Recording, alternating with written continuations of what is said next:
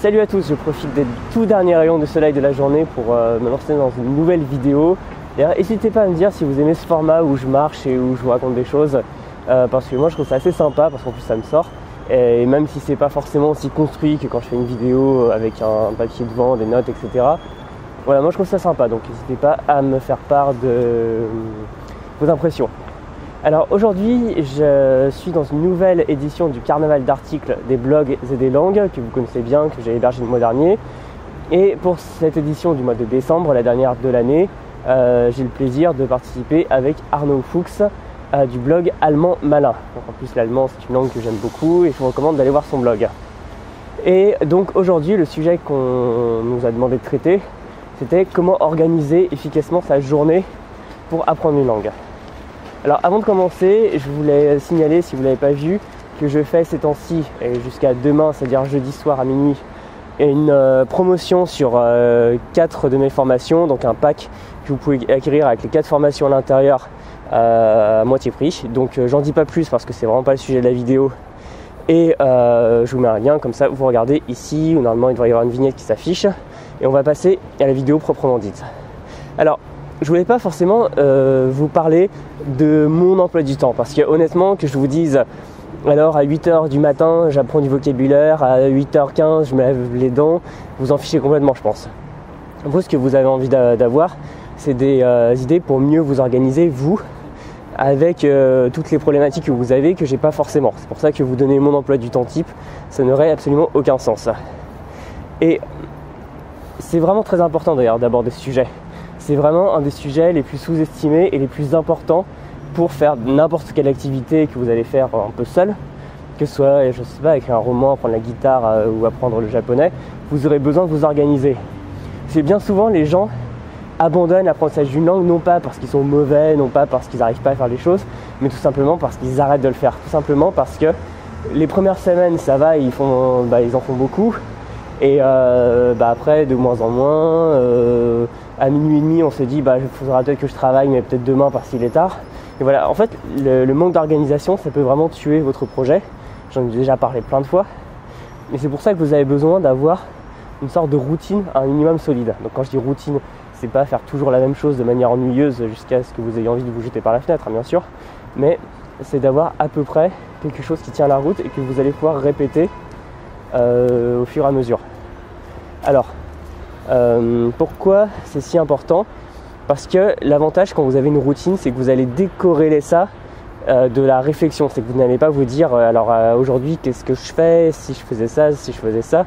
Parce que si vous vous posez autant de questions, vous n'allez pas vous y mettre, vous allez juste rester dans l'expectative et ce ne sera pas intéressant pour vous. Alors qu'à l'inverse, si vous avez des activités type bien rodées, et vous allez vous y mettre sans réfléchir, vous allez juste piocher dans votre boîte à outils. Alors, l'intérêt, c'est d'avoir ce que j'appelle une approche un peu modulaire. Parce que moi, ce que j'aime pas, c'est l'approche avec, par exemple, tout ce qui est to-do list, où vous avez des choses à faire les unes après les autres. Ça, généralement, ça marche pas, parce que honnêtement, je connais personne que ça amuse réellement de faire des to-do list, à moins d'être payé pour le faire. Et si vous faites des choses à la suite, ça va pas marcher, honnêtement. J'ai déjà essayé, c'est la pire approche. Ou alors vous pouvez tenter d'avoir toujours la même chose, toujours la même journée. Alors ça marche très bien, par exemple, je ne sais pas si vous êtes à la retraite et très discipliné et que vous faites finalement toujours à peu près les mêmes choses, vous vous levez toujours à la même heure, vous couchez toujours à la même heure, etc. Mais en fait, d'une part, si vous êtes très désorganisé par nature comme moi, ça ne va pas le faire, parce que finalement vous n'allez pas réussir à tenir très longtemps parce que ce n'est pas dans votre nature, et il vous faudrait énormément d'énergie et de discipline pour changer tout ça. Moi, ce que j'ai trouvé, c'est d'avoir cette approche boîte à outils, comme je vous l'ai dit, où en fait j'ai des activités types que je ne fais pas toujours au même moment, que je ne vais pas faire par exemple le lundi à telle heure et le mardi à la même heure, mais que je vais faire généralement tout le temps, mais pas forcément aux mêmes heures. Et l'intérêt, c'est de réfléchir un peu en amont et de vous faire ce que j'appelle des activités. Une activité, ça va correspondre à ce que j'appelle les 4 piliers, et ça va vous faire travailler, que ce soit l'écoute, l'écriture, la lecture ou le fait de parler. Et si vous avez ces activités qui sont suffisamment riches et variées, vous allez pouvoir les répartir dans votre quotidien. Par exemple, moi j'ai une activité que je fais vraiment tous les jours Si il y a quelques semaines j'avais oublié de le faire, j'ai dû la faire en double le lendemain matin. C'est apprendre des kanji, c'est-à-dire l'écriture japonaise traditionnelle inspirée du chinois, sur un logiciel qui s'appelle Anki, dont je vous ai déjà parlé. Et ça, c'est une activité que je fais en soi tous les jours. Et généralement, je la fais le matin. C'est un des premiers trucs que je fais le matin, comme ça je suis débarrassé. Et là, je pourrais vous dire, mon quotidien, à 8h30, je fais Anki. Bon, ça, c'est pas intéressant parce qu'en fait, je le fais pas toujours comme ça. En fait, par exemple, quand je sais que je vais prendre le métro, et que je vais avoir une demi-heure de métro devant moi, et en fait je prends mon téléphone avec Anki et je vais faire ça plutôt dans le métro, et à l'inverse je vais faire une activité que je ne pourrais pas faire dans le métro à la place de Anki. Et ça, c'est toute la puissance du truc, parce que si je m'étais dit à telle heure je fais ça, à telle heure je fais ça, et j'aurais fait Anki le matin, et l'après-midi quand j'aurais été dans le métro, je me serais retrouvé bien bête parce que j'aurais pas pu faire tout ce que je voulais. Par exemple faire de l'oral avec les gens qui me regardent bizarrement, ça marche pas très bien. Et donc l'intérêt, c'est d'arriver à vous faire des plages sur lesquelles vous allez faire des choses. Par exemple, j'ai remarqué que sur les premières leçons, après c'est un peu plus long, des méthodes type Assimil, en une demi-heure vous avez terminé. Et en fait l'intérêt, c'est que vous allez par exemple vous faire un module. Bon, je prends Assimil parce que c'est connu et que les cours sont, les leçons sont assez compactes. Vous allez vous faire une demi-heure de ça et après vous passez à autre chose. Et par exemple, si vous ne pouvez pas le faire le matin un jour, vous le faites l'après-midi et vice versa. Et en fait, vous savez que ça a une durée que vous avez à peu près standardisée. Et après, il y a plein de choses comme ça. C'est-à-dire, par exemple, pour moi, la conversation, ça va être une ou plusieurs fois dans la semaine. Et je mets ça sur 1 heure. Généralement, c'est une demi-heure français, une demi-heure dans la langue que j'apprends.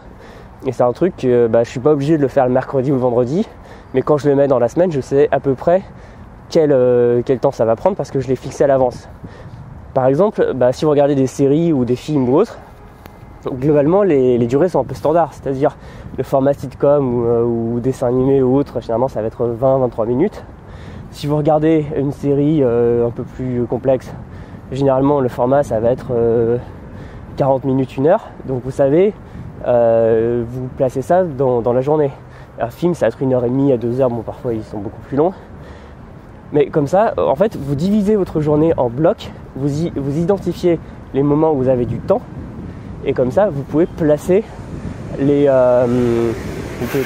les blocs de votre apprentissage. Et c'est une approche qui est très puissante, parce que si jamais il y a un jour où vous êtes bousculé, où tout ne se passe pas comme prévu, au lieu de complètement rater votre apprentissage, vous allez juste vous dire dans quel ordre je mets ça, tout simplement. En fait, c'est pour ça que c'est très puissant comme approche et que j'utilise depuis de nombreuses années pour m'organiser pour tout.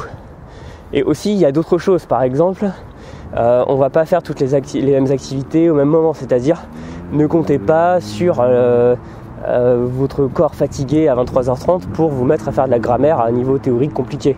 Ça justement, ce serait une erreur. Donc réfléchissez aussi à ça, c'est-à-dire au lieu par exemple de commencer par les activités plaisantes du style regarder des séries le matin, si vous êtes frais et dispo le matin et que vous avez du temps, faites de la grammaire. Bon, je sais que c'est pas très engageant comme ça, mais au moins le soir, quand vous serez fatigué, vous allez faire des choses plus sympas comme regarder une série ou réviser un petit peu de vocabulaire qui vous manque.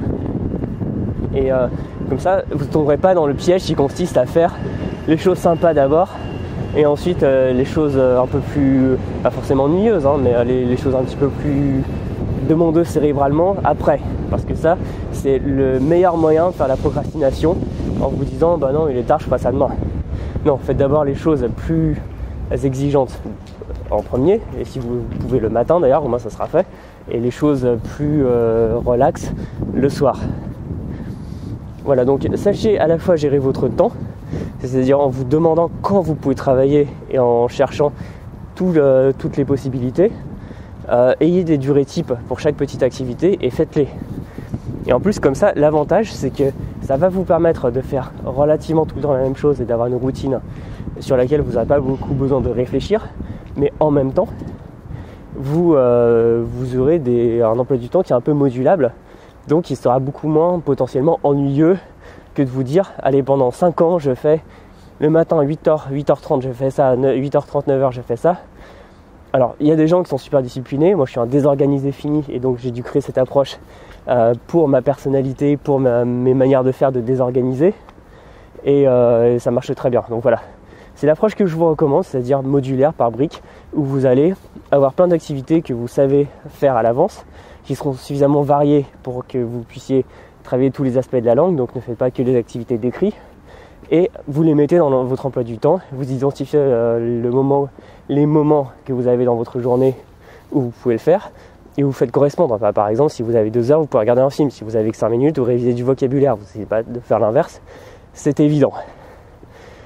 Voilà, donc j'en ai tout, je crois avoir tout dit là-dessus. D'ailleurs, si ça vous intéresse, dans le pack de formation, il y a la formation Apprendre une langue vite et bien, où je parle de tout ça.